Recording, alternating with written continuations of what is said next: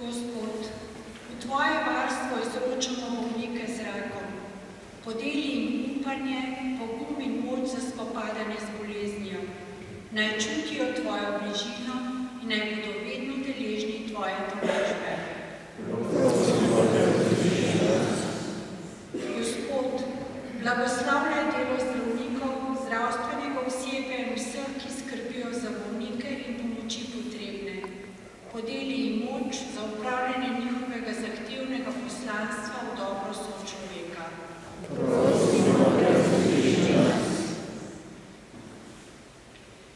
Gospod, Tvojemu neskončnemu smiljenju izročamo Emanuelo, Maksa, Judito, Benjamina, Heleno, Špelo, Francija, Štefana, Dalico, Matejo, Žiga, Marjana, Majdo, Jasno, Zdravka, Damjana, Matejo, Marijo, Marka, Srečka, Natašo, Emo, Moniko, Ančko, Jožeta, Francija, Ivana, Špelo, Uroša, Zofijo, Filipa, Jernejo, Bruna, Petra in Ano in vse tu navzoče bolnike z rakom in vse druge onkološke bolnike po naših bolnišnicah in domovih.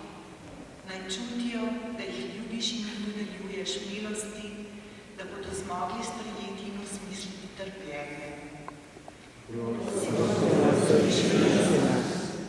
Gospod, prosimo Te za svojce in prijatelje bolnikov. Podpiraj jih po naših molitvah, nam pa pomagaj, da jim bomo z molitvijo in prijateljsko bližino stali ob strani.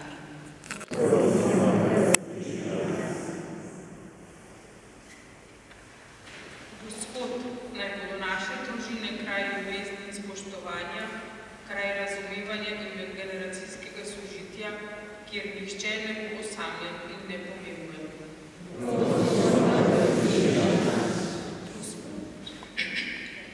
Gospod, daj nam potrebnih milosti, da bomo v adventnem času pričakovanja in priprave na božične praznike, odprli svoja srca in v njih pripravili prostor za Božje dete, ki nam prinaša mir.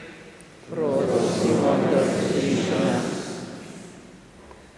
Podari nam svojega duha, da bomo v naši domovini spoznali in sprejeli Božjo ljubezen, ter sledili Tvojemu principu edinosti in sožitju. Jezus, svojo smrtjo na križu in svojim vstajenjem si nam zagotovil večno življenje. Naj naši dragi rajni, še posebej pa bolniki, ki so izgubili boj z onkološko boleznijo, v Tvojem